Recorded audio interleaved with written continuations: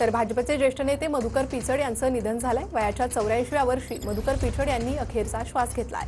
आज नाशिकमधून पिचड यांचं पार्थिव मूळ गावी राजूरकडे रवाना करण्यात येणार आहे। दरम्यान पिचड यांच्यावर मूळ गावी राजूर येथेच शासकीय इतमामात अंतिम संस्कार होणार आहेत। आणि याचा आढावा घेतलाय आमच्या प्रतिनिधींनी, पाहूयात। ज्येष्ठ नेते मधुकर पिचड यांचं काल निधन झालेलं आहे आणि त्यानंतर अकोले तालुक्यावर मोठी शोककळा पसरलेली आहे। खरं बघितलं तर अकोले तालुक्याच्या निर्मितीपासून एक संघर्ष करणारा नेता अशी त्यांची छबी राहिलेली आहे आणि त्यामुळे अकोले तालुक्यावर शोककळा पसरलेला आहे। संपूर्ण अकोले तालुका जो आहे तो हळहळतोय आणि सगळीकडे कडकडीत बंद जो आहे तो पाळण्यात येतोय। जे कार्यकर्ते असतील किंवा त्यांचे चाहते असतील ते आता ठिकठिकाणी जमायला सुरुवात झालेली आहे। थोड्याच वेळात मधुकर पिचड यांचं पार्थिव जे आहे ते देवठाण या गावी पोहोचणार आहे आणि त्यानंतर अकोलेमध्ये देखील पार्थिव नेण्यात येणार आहे।